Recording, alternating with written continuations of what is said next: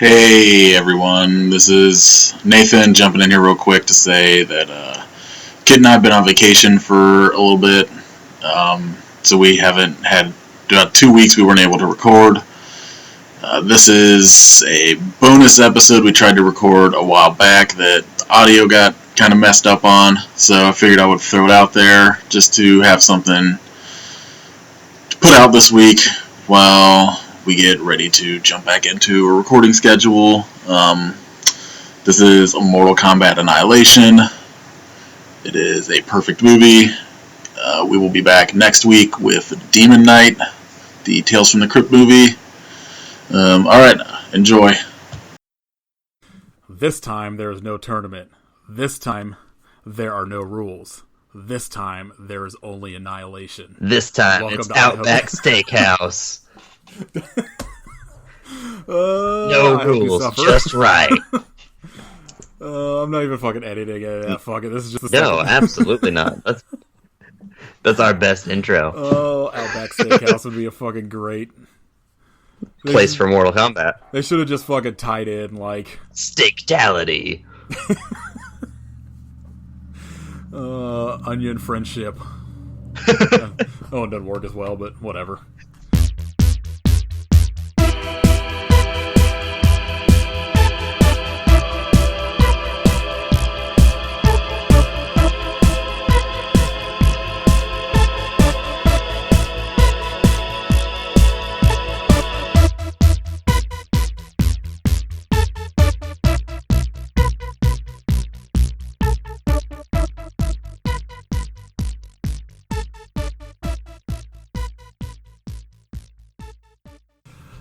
Alright, so this is Mortal Kombat Annihilation from 1997.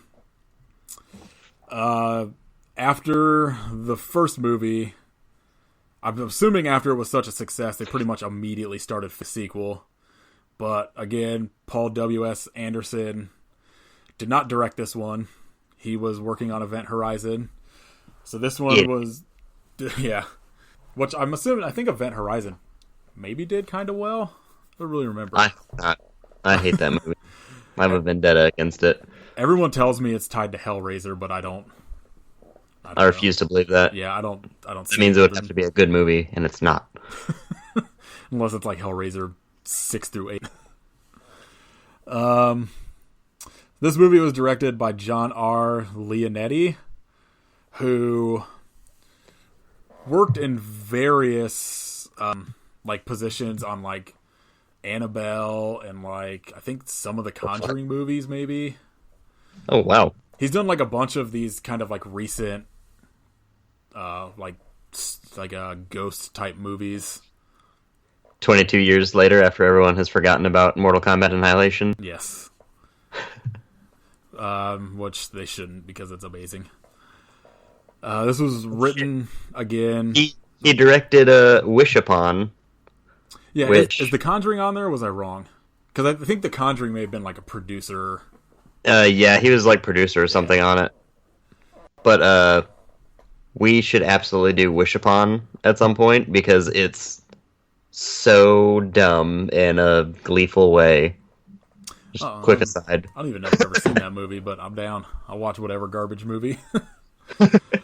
Yeah, it's just a quick behind the scenes thing. I text Kit last night and I was like, I got money in PayPal burning a fucking hole in my pocket. Tell me a movie to buy. And he was like, good or bad? And I was like, good or bad? Or he was like, good or bad? And I was like, I mean, you know me. Just pick a fucking... I'll watch garbage movies. I don't care. And then I realized that Amazon did not take PayPal, and I was very sad. Womp. But I did end up ordering a movie from Diabolical DVD that is called The Beast. That is okay. Yeah. The 70s erotic horror movie about being the beast, but the woman wants to fuck a werewolf. Who doesn't? Honestly. I mean, I've seen Wolf with Jack Nicholson. This movie was written by like 800 fucking people that I'm not listing off. But Ed Boon and John Tobias were, again, from the game working on it. But there was literally like 5 or 6 other people attached as screenwriters. The only two people that returned for this movie were Robin Shaw and Talisa Soto or Suoto, I'm not sure, as Liu Kang and Katana.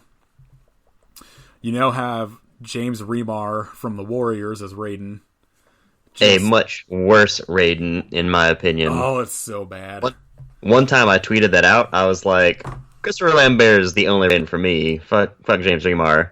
And some James Remar stan Twitter account like fucking tweeted at me, yelling at me that James Remar is the best actor in the world. Of course. I don't even want to live on a planet where that's a thing. I was so taken aback. I was like, who's name searching this guy? Who's name searching James Remar? Between both of these movies, like, all of these people just have so many fucking credits. Like, a lot of them just did a fuck ton of TV. A bunch of the Asian actors are just in, like, all kinds of fucking kung fu movies. So it's hard, like, I kind of just wrote down people that had, like, interesting credits or, like, shit that kind of pertain more to, like, I Hope You Suffer-ish type stuff. Because, again, especially this movie, it has 8 million actors in it. I mean, this episode's going to be 4 hours long if we try and get every actor in it. Yeah. I didn't, like, a lot of the people that you don't see, like, when you see, like, Cyrax and Smoke and stuff are just, like, stunt actors. So it was, like, not even really bothering with, like, any of that. But, Sandra Hess, who is now playing Sonya Blade, was in Encino Man, which fucking rules. And then there is a David Hasselhoff Nick Fury movie that she was in, and it's one of the best movies I've ever seen. That, like, I'm desperately trying to track it down on DVD for a price that isn't, like, ridiculously expensive. Like, I think it came out around the same time as, like, the Dolph Lundgren Punisher movie. Punisher? That pretty much tells you, like, the kind of quality it is. But it's pretty awesome. I mean, all you need to know is fucking David Hasselhoff played Nick Fury. It's... Yeah, what else? What else is there? Pretty great. Lynn Red Williams is Jax, who I wrote down was an American Gladiator. Yep. Which is... Somebody else on here, like one of the stunt people that played like one of the masked characters was also an American Gladiator. I think, what's his name? Motaro? The like half horse guy? Oh, he was maybe that's what Gladiator. It was. I believe... I don't know why I knew that off the top of my head. It's weird. I would be sad if you didn't, honestly. Francois Petit, I think is who plays Sub-Zero, because he played him in the first one, and I think they let him play him unmasked in this, as playing, you know, essentially his brother. And then Brian Thompson as Shao Kahn, who was just in just fucking a bunch of shit that didn't necessarily like pertain to anything we usually cover, but I just wrote it down because he's fucking all over this movie. And looks legitimately fucking awesome with the skull mask. Oh, yeah. It's super intimidating. I really wish he had it on the entire movie. Because he's got kind of a weird face. It's like, it's not even necessarily like a weird face. He's got like one of those, I don't want to say like pretty boy, but he's like a handsome dude for like a buff kind of action guy that like, it makes me not believe him as like a character in this movie. He has like a very wide set mouth or something, so whenever he smiles, he has like a very large smile, and I don't know why that distracts me, but it does. Yeah, he's chewing the scenes in this movie a lot. It's pretty great. But I know in the last episode I said Shang Tsung was like a perfect villain or whatever. I'm an idiot. Shao Kahn's the perfect villain. This dude crushes it. I think Shao Kahn, at least, like, especially just looks better. Yes. I think, do you have like Wikipedia or IMDb open? I think about IMDb up. Do you have it for this movie? Yeah. Does it say how much it made? I have it as a $30 million budget, but I feel like I wrote down what it made wrong. Let's see here. Box office was $51 million. Okay, yeah, I decided to see what I did. I think I wrote Somehow made money. That's I shocking. wrote 513 million. I think I meant to write. Wow. I think I meant to write 51.3. That would have been insane. I think I Wikipedia had wish it this like movie made 500 million. Wikipedia, I believe, had it like 51.3, and I think I just didn't write the dot like enough. I was like, "There's no way this movie made 513 million." There would have been like 400 other sequels. Oh, immediately. The last one would have been canceled 6 times. Yeah, so I think I wrote down that they've been working on like a reboot since like 2011, maybe. That's just like not come to fruition. Which really, like, how, like, these movies can't be that difficult to come up with a story. It's just the same fucking story. Yeah. People show up and fight each other to save Earth. They need to bring in that, like, overweight, drunken dude. Butchiro. Like, whatever the one game I played that was, like, most recent, that one open world one, like, that was the character I remember playing all the time. Because he just, like, stumbles around a lot and is, like, weird to control. A lot of the trivia kind of stuff for this movie wasn't really interesting. The only thing I wrote down, which I talked about in the last one, is about how Paul W.S. Anderson didn't come back, and I guess there was a screening of the first Mortal Kombat where him and Robin Shao were in it, and they both talked about how much they hate Annihilation. And like that was where he kind of talked, like Paul W.S. Anderson talked about how he wished he would have stayed because he could have like made it better. Saved it. Yeah. Which didn't really need saving. This movie's pretty fucking awesome. Oh, that's perfect. So this movie starts with, again, the greatest theme song of all time. And when you see the Mortal Kombat logo, it's all like broken up. There's like you can see the dragon scales beneath. It's like the dragon's trying to bust out of the logo. Yeah, I guess the idea I read was that like a Shao Kahn's like way of getting the worlds to merge is busting up that logo. That's the idea, because then when you Doesn't see make any sense. well, you know, they show him like hammering it later, like a physical version of it. But like, because when you get to the end where like the Earth is saved, the logo in the credits is like int again. So it was supposed to be like the director or whatever's idea of like, this is how you know like shit's fucked up. The only symbolism in the movie is through the goddamn dragon logo. Yeah. So like this movie is much more like Incredible. besides that, perfect. It is more like action-y, like a goofy action movie than I feel the other one was.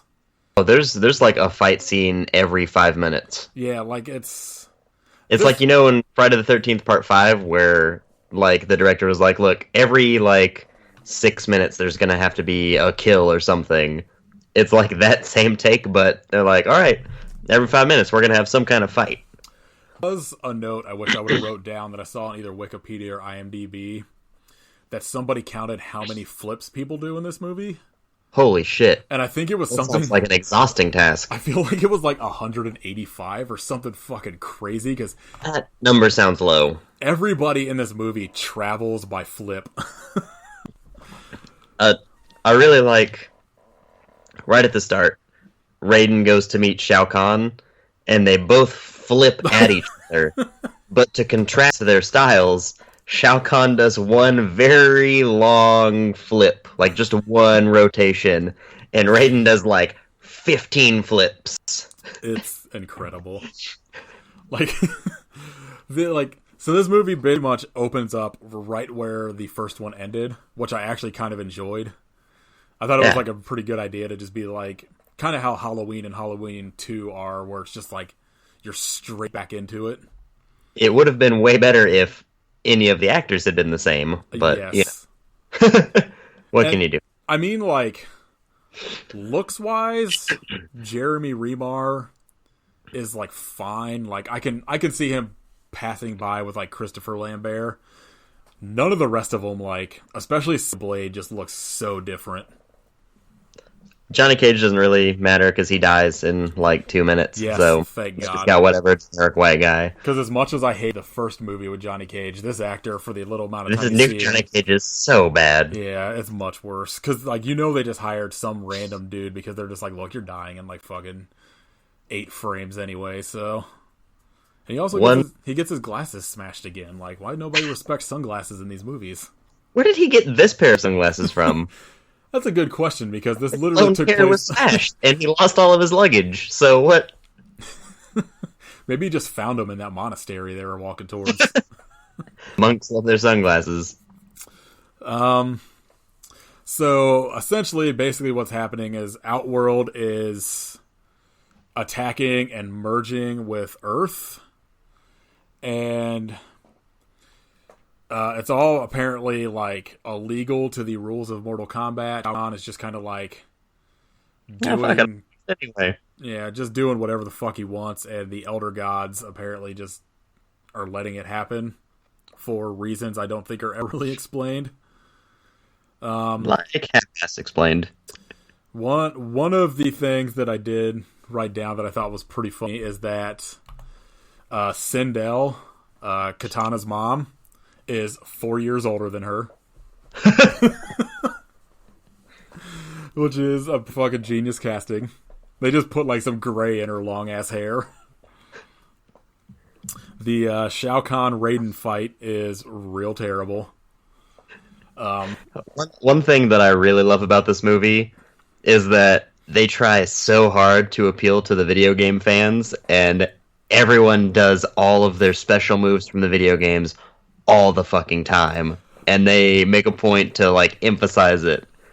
It's like during the Shao Kahn Raiden fight, Raiden's his stupid little like thunder lunge Flying thing. Right? Yeah. And it looks so bad.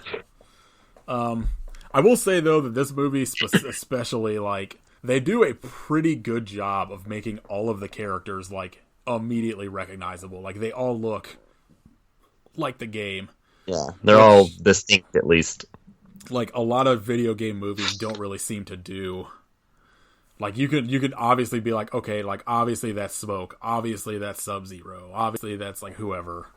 Yeah. Their costumes may not be great, but you can immediately tell that's who this is. Because Jax looks fucking dumb as hell.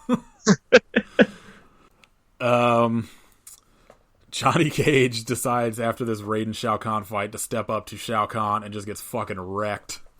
Delivers his shadow kick. I desperately wish somebody in the background would have just yelled World Star. Just he gets fucking killed. His neck snaps like it was nothing. Yeah.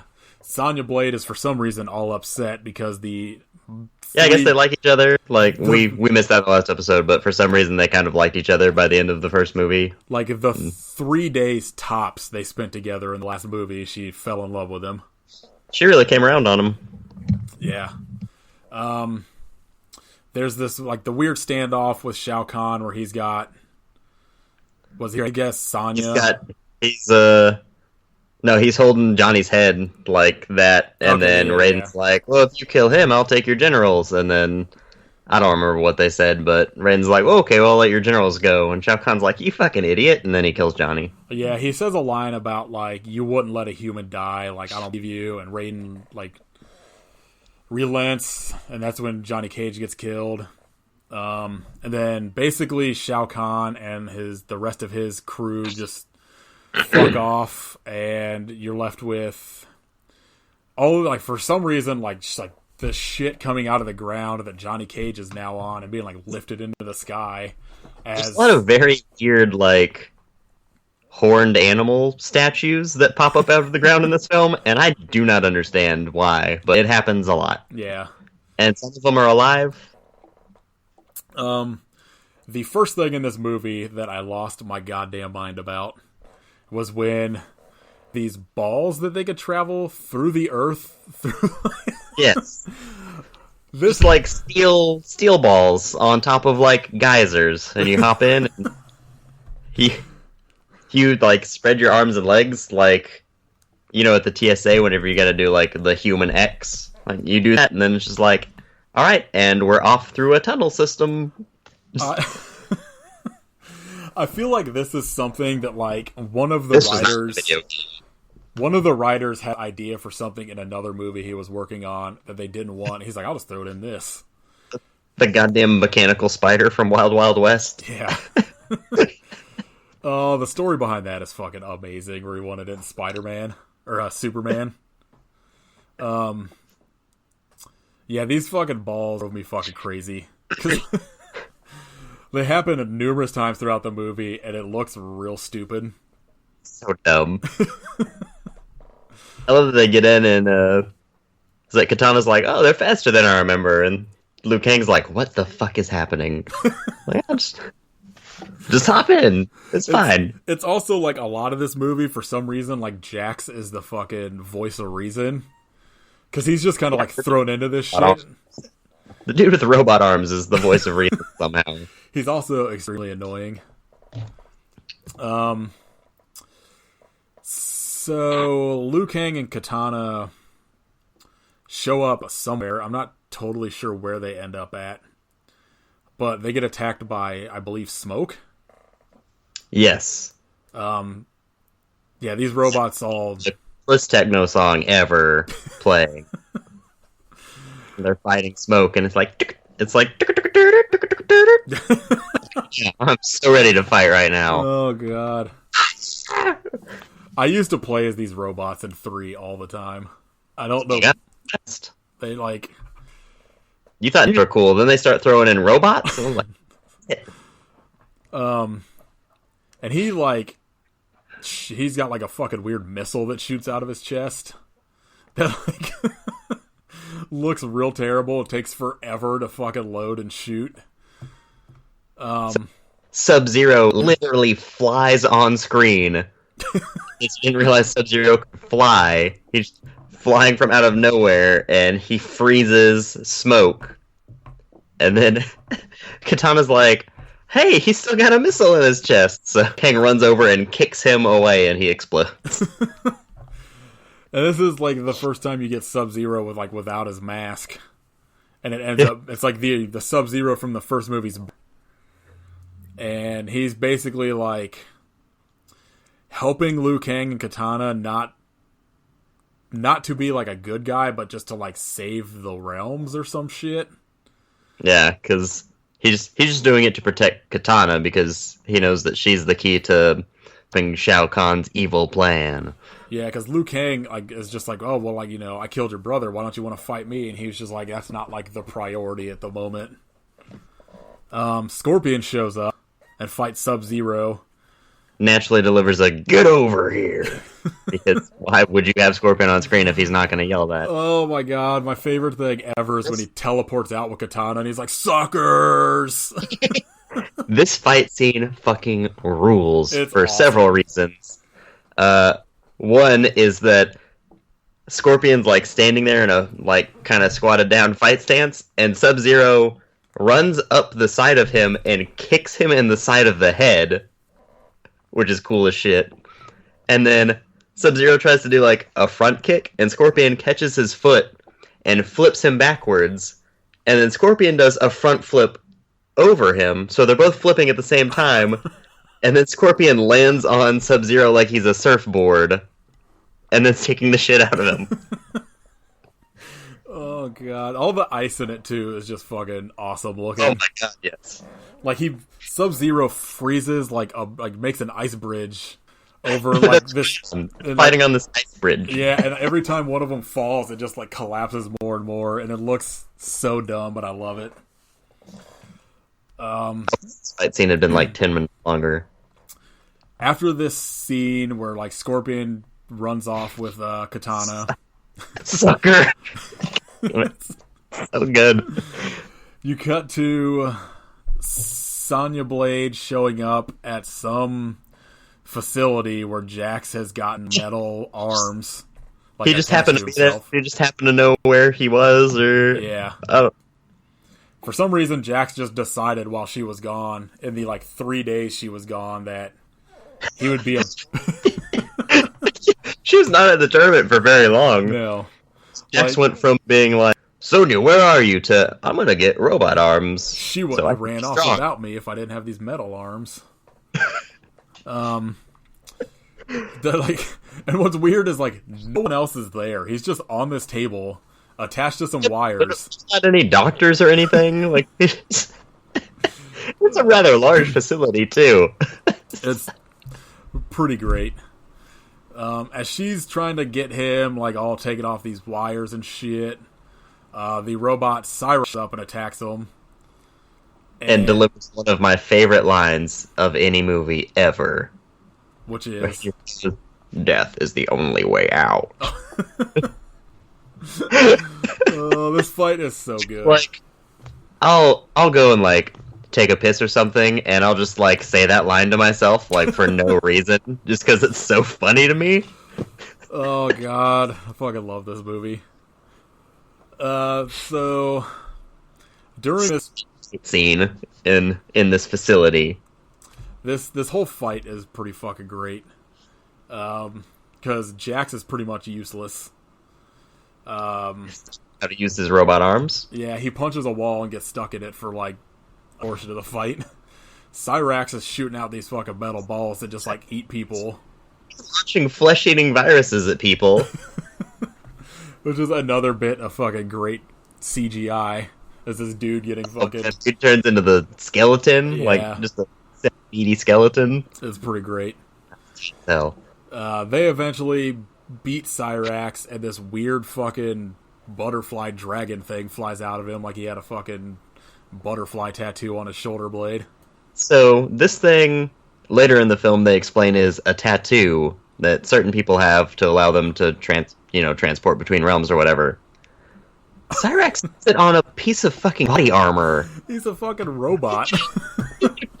How do you get a tattoo on your weird metal shoulder, you idiot? What? Was it like a temporary tattoo? Oh, You use God. it 3 times and it washes off? I What? literally, until just like we just started talking about this, didn't even put together that like he had it. Like, It's the only robot I've ever seen with a tattoo. oh, that's so genius. You cut to... But before we cut to the next scene, let's not forget that Cyrax is going to explode, so Sonya and Jax have to run away from the facility, and instead of showing their whole escape, it just cuts to them mid-dive while the whole fucking green screen explosion happens behind them. Oh, this fucking movie is so good. It's also, like, I think they look back and you see, like, a bunch of people, like, coming out of the sky from, like, the outworld or whatever. And Jax has a really good line where they're running away and he just goes, "Man, they don't even use parachutes!" Oh, God, I hate him so much. He's got, like, all the best lines. So many good lines! You cut to a scene of Shao Kahn and just a bunch of fucking characters. Fucking Mataro and Shiva and Rain. Poor Rain. Is Rain who, like, the scorpion type dude was? Yes. Okay, so I didn't catch, like, I think I was writing something down and I looked up and he was getting, like, fucking kicked off that ledge or whatever. It's very hard to tell that he's purple in there, but it's supposed to be Rain, and I don't know, he heats something up, and Shao Kahn was like, "Hey, why'd you fuck this up?" And he's like, "I'm sorry." So Shao Kahn hits him with a very large hammer into just a nondescript pit that some fire shoots out of after he falls into it. I forgot he's got that fucking giant hammer. This is where he's, like, banging on the Mortal Kombat symbol. That hammer rules so hard. He also has, this is, like, I believe above that symbol is where he's got Katana held captive. In a cage. Yeah. So I guess Rain was his general before he killed him, and he appoints Katana's Sindel. mom, Sindel, as his new general, which fucking Minotaur dude is very angry about. It's surprising to me that the American Gladiator dude is one of the better actors in the movie. That does not surprise me at all. Oh man, I just realized that we skipped over a really good Sindel line that she delivers because it's right at the start of the movie, and it's her entrance, and she walks up those steps, and Katana's like, "Mother, alive?" And she points at her and goes, "Too bad you will die." It's so fucking stupid. I normally do so many quotes when we do like regular movies. You just need the whole script for this film. Like most of my notes for this were just trying to get the plot set. Like, I was like, there's no way I'm gonna remember any of this plot without like notes. So it's just a bunch of shit that's just like Sonya shows up, Jax is fucking on the table. Like, I just remember all of the quotes that I've like tried to learn over the past 20 years. Trying to imitate their stupid voices.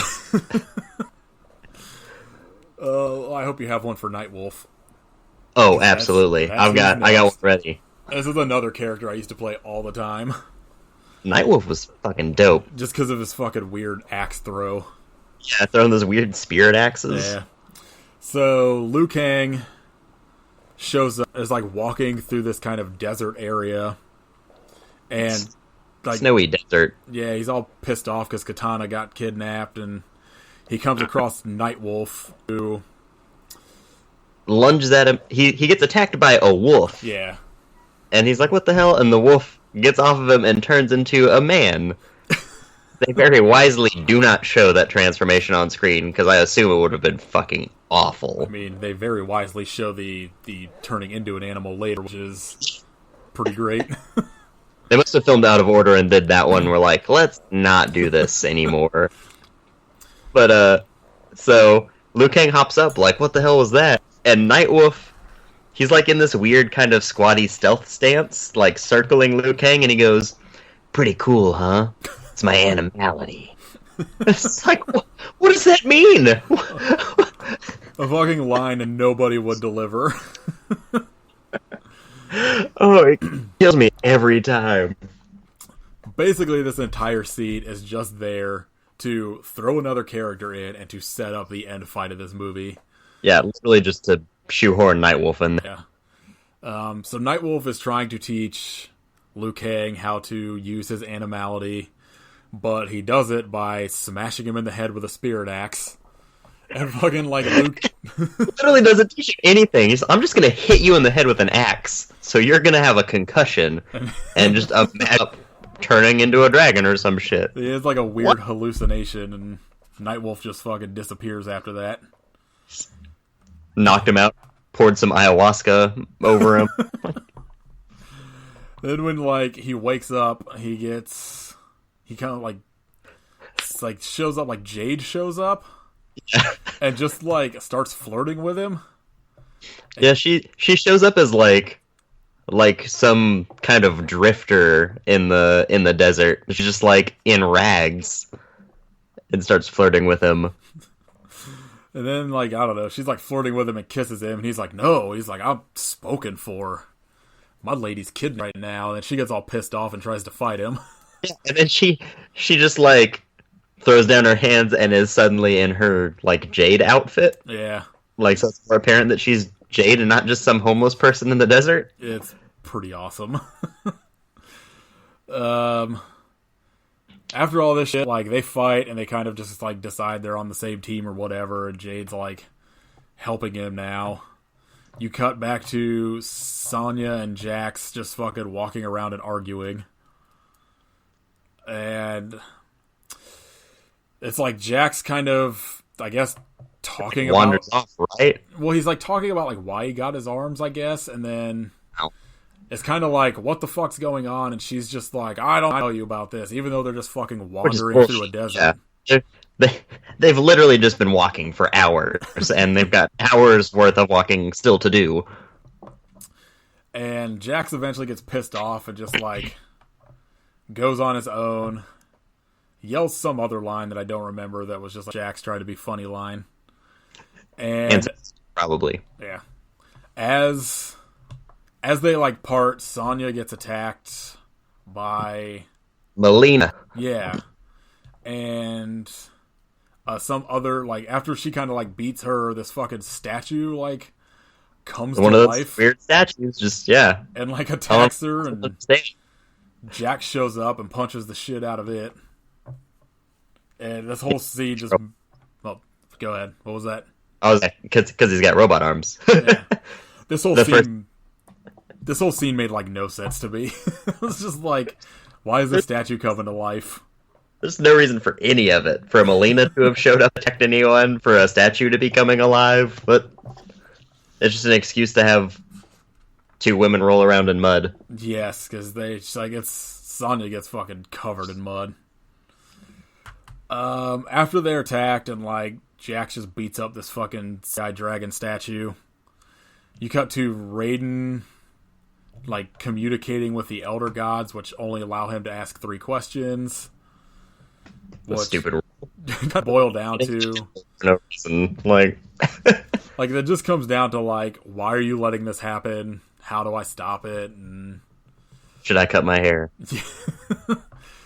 And it basically ends with Raiden giving up his immortality to become human to like help fight in this, I guess. Which is incredibly stupid. Yeah. And like at all. It just is like unclear as to like why that's needed. But it is to just have like this fucking scene later in the movie of Raiden quote unquote dying.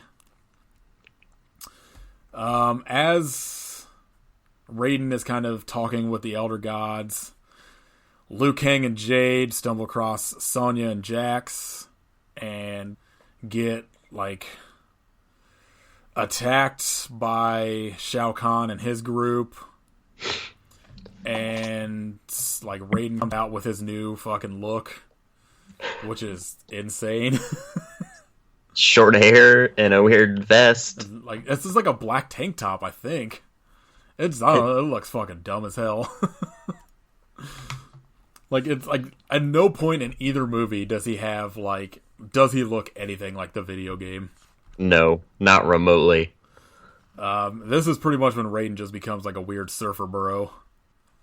And I think at one point like hits on somebody, maybe Jade. Jax hits on Jade. Is that what here. It is?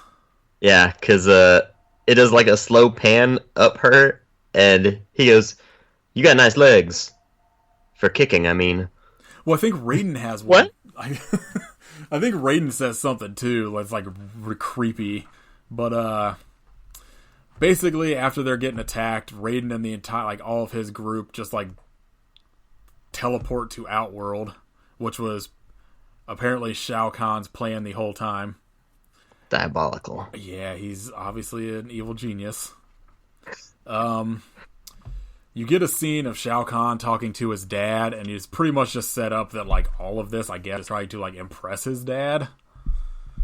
Which daddy issues. A very like elaborate plan for that. To where literally anything could go wrong at any moment and derail the entire thing. You cut to Liu Kang showing up to rescue Katana. He is attacked by Baraka in the absolute greatest makeup of all time. With a weird like kind of reggae-ish song happening in the background. I don't remember if it was this movie or the first one, but George Clinton has a song on it that I feel like maybe was this movie, and maybe it's that. Baraka looks incredible. Oh my god! His mask is so bad, and I love it so much. Like I was trying to figure out what I thought it looked like, and I just couldn't. It reminds me of something from a movie, and I could never place like exactly what it was. After Liu Kang like defeats Baraka, Shiva shows up to stop Liu Kang and Katana from leaving, and as she does, the cage that like Katana was held captive in falls on her and crushes her. Shiva served a purpose in this movie. It's pretty good. She was there to call Motaro an idiot and then got crushed by a cage. So is this where I think they're leaving and Jade is revealed as like the double agent kind of thing? Not yet. Because that was whenever they're still in Outworld, and they wind up fighting those the reptile dudes Yeah. somewhere around there. I don't remember what happens in between that. Probably, I'm assuming nothing important. Probably a safe bet. Yeah. Eventually, it's like there's like some fight scene in Outworld where Jade is revealed to be working with Shao Kahn. Yeah, Sindel pops up after they had kicked the asses of a couple of reptile dudes. And they're like, oh my god.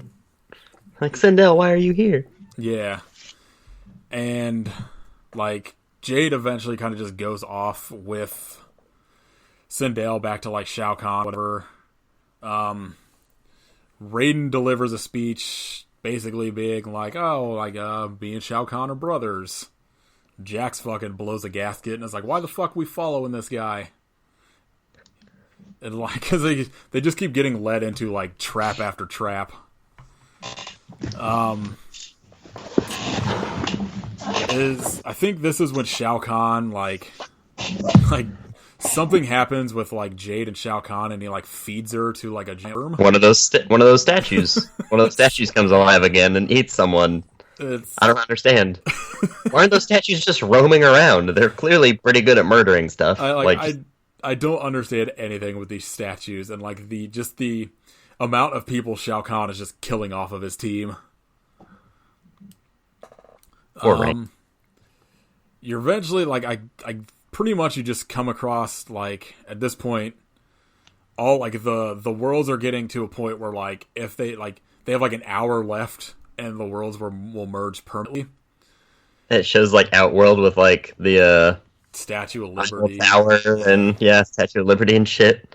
I think because, like seriously, it's got to be monuments. Yeah, like the bridge is there, and just everything in Outworld is purple. And, like, that's how you know it's bad. Yeah. Gloomy.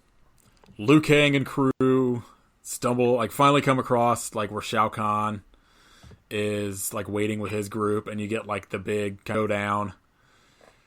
And a bunch of fucking bullshit exposition with, like, Raiden and Shao Kahn being like, we're brothers, like, I don't understand why we gotta do this, you're cheating, blah, blah, blah, this is not part of Mortal Kombat, I don't know why the Elder Gods are letting this happen. Shao Kahn and Raiden fight again, and Raiden gets fucked up by Shao Kahn. And since he's mortal now, it's just like, oh, I'm gonna die. Fuck.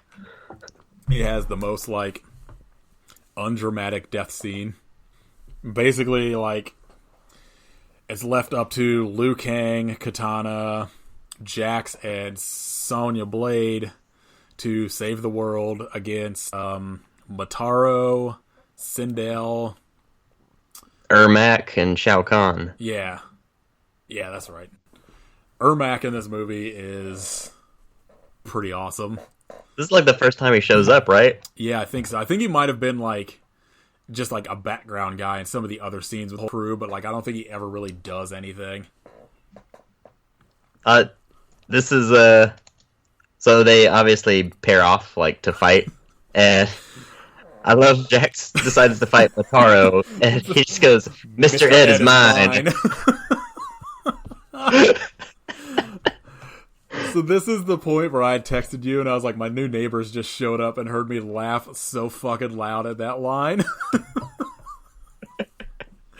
Oh, it's so good. I was crying laughing at how fucking stupid that line is.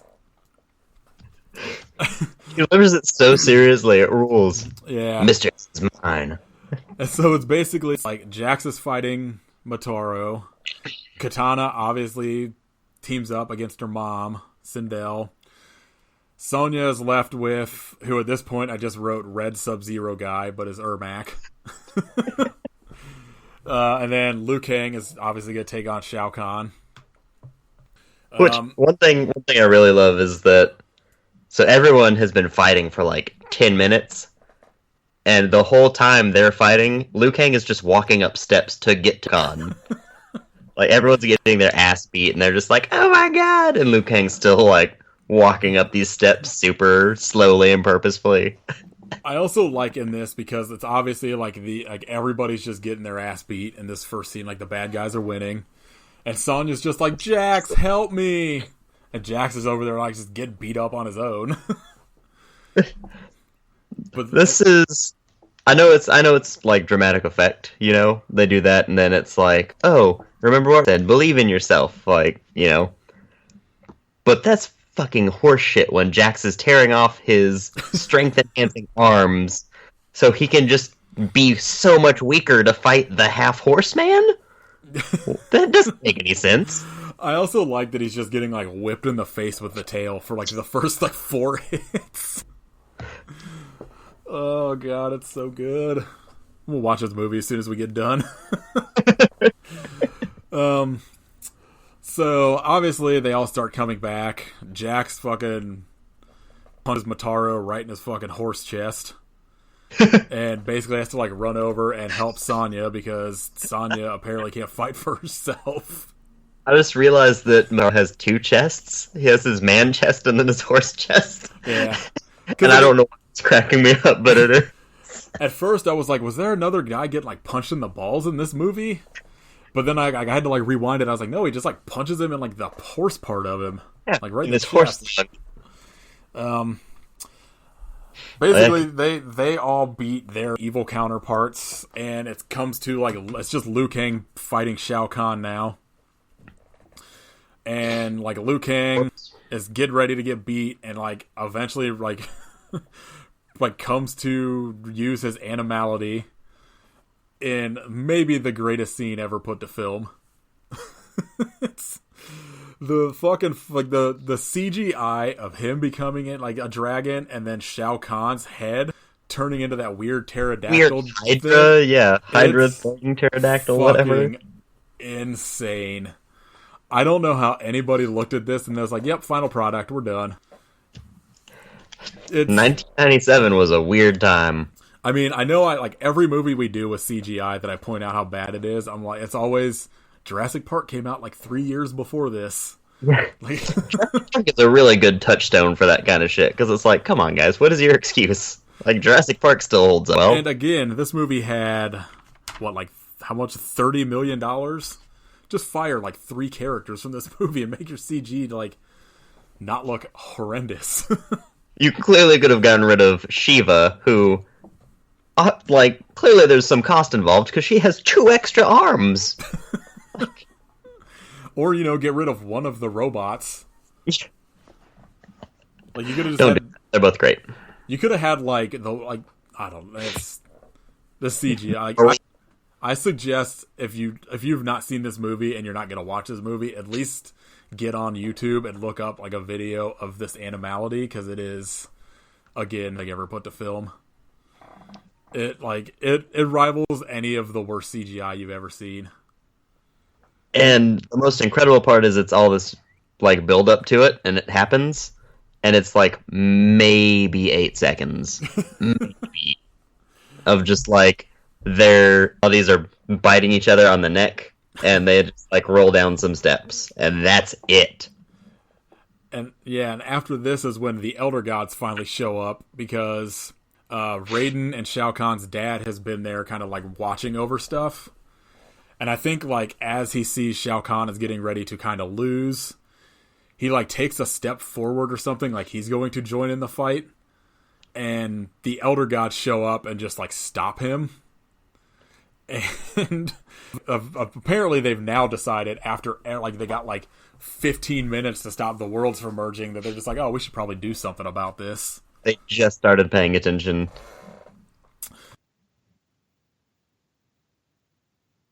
The Elder Gods show up and start to like set things right, and when they show up, the greatest. It's taken to the next level because someone asked, like, "Well, how are we gonna solve this?" And the fire elemental Elder God just goes through Mortal Kombat and syncs it perfectly with the theme song guy screaming it, and it just goes straight into it. It's so good. They could have just like had this song play under everything the entire movie. I wouldn't have gotten sick of it. No. It's perfect. Liu Kang eventually defeats Shao Kahn, because obviously he was going to. The The realms are being like set back to normal. Let's not forget Shao Kahn's dragon tattoo coming to life, but instead of just flying away like everyone else's, it like becomes a real dragon and like pops out of his body, and he just like kind of split in like a sausage and melts, and then this dragon flies away. It's pretty genius. Like this, everything in movie rules so much. Just batshit insane. Like when I was talking to people about how we were gonna watch it, they're like, "Oh, Annihilation's real bad," and I was like, "There's no way. It's at least gonna be watchable. This movie is so good." Oh yeah, it's incredibly watchable. I probably watched it more than the original one. Oh, I gotta wait to fucking rewatch this now. The worlds are kind of like separating again, and as they are, you just kind of cut back to everybody on Earth, and like Liu Kang and Katana are like, I guess a couple. They start like kissing. Jax and Sonya are just like there watching, and fucking Raiden just walks up, who has now been promoted to Elder God. I mean, they're down. Raiden died and got a promotion. And essentially that's the end of this movie. You cut to the credits that have the theme song playing again. And the Mortal Kombat logo back to normal, so you know everything's fine with the world. And I guess in both of these movies there's like symbols in the credits that I believe if you put into one of the games like unlocked something. If I read that correctly on like one of the trivia things. I imagine it would have to be Mortal Kombat 3 or 4. Yeah, I think that was out around that time. I think the first one probably would have been 3, because the first one has a lot of elements from like Mortal Kombat 1 and 2 in it. This one was all Mortal Kombat 3. They jammed every Mortal Kombat 3 character they could possibly fucking find in it. Much they should have, because it makes a great movie. I think literally the only character that's not shown or referenced is Quan, and he's even in some deleted scenes, I think. Yeah, I was reading some stuff. There's like a bunch of stuff from like deleted scenes that for some reason aren't like in any of the like Blu-rays or DVDs. Can you imagine your character being so worthless it couldn't show up in Mortal Kombat Annihilation? Oh my god. Especially when like Shiva was there serving zero purpose. Rain showed up just to get hit with a hammer. And they cut your Quan Chi? That's awful. Oh god. And like there was something, I guess there was stuff in like one of the trailers that showed up in like versions of the first Mortal Kombat in Europe that had like a scene of like Sonya Blade fighting like a bunch of masked men that wasn't in any of the movies, and there's apparently like a bunch of stuff that's just like out there but like not, for some reason, not like like not on the DVDs or Blu-rays, which I don't know why. Give me more footage. I'd kill to find the Quan Chi scenes. One of the things that's kind of interesting about this movie is, I guess, Robin Shao, the guy that played Liu Kang, was also like one of the fight coordinators, but was that makes sense. So throughout the movie that he barely got to really work with any of the fight staff. So that's why like everybody just kind of like flips around for their fights. It's pretty awesome. Oh, this is one of those movies that like I can't believe got made, and I'm so glad it did. Incredible.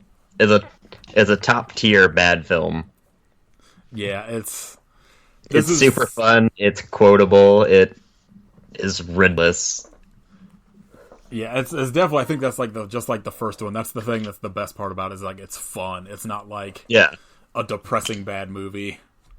It's not like the action is awful. Like it's not amazing, but it's pretty good action scenes, and like there's this shit where fucking Scorpion's riding Sub-Zero like a surfboard, where it's like just so creative and fucking weird that you can't help but appreciate it. I feel like people should watch it just the time capsule of like when CGI was insane. Oh yeah, whenever it was first coming to the foreground, everyone's like, "Oh, let's try this out," and it's just terrible and does not look good. Like this and Escape from L.A. are like the two that always come to mind. Fuck that goddamn surfing scene. Escape from L.A. rules so much. I need to rewatch it. It's pretty fucking like dumb, but like it's Kurt Russell. I mean, Yeah. Kurt Russell, John Carpenter can't make an unwatchable movie. So yeah, that's both of these movies. They're classics. Yeah, they're both 100% watchable. Stone Cold classics. I highly, highly recommend watching them because they're both great. You can find like the 3-pack for what, like $8, probably something like that. I bought it for like $7.99. Yeah. It's like both movies. Then it comes with like some weird TV show of like gritty Mortal Kombat called Mortal Kombat Legacy. If you can find something you'd rather spend $8 on, you're not my friend. Yeah. Only passable option is food, and not even then. Yeah, I'd rather go hungry and watch Shao Kahn deliver amazing lines. Or Jax. Jax just fucking killing it this whole movie. Alright. I hope you suffer, but why? Wow.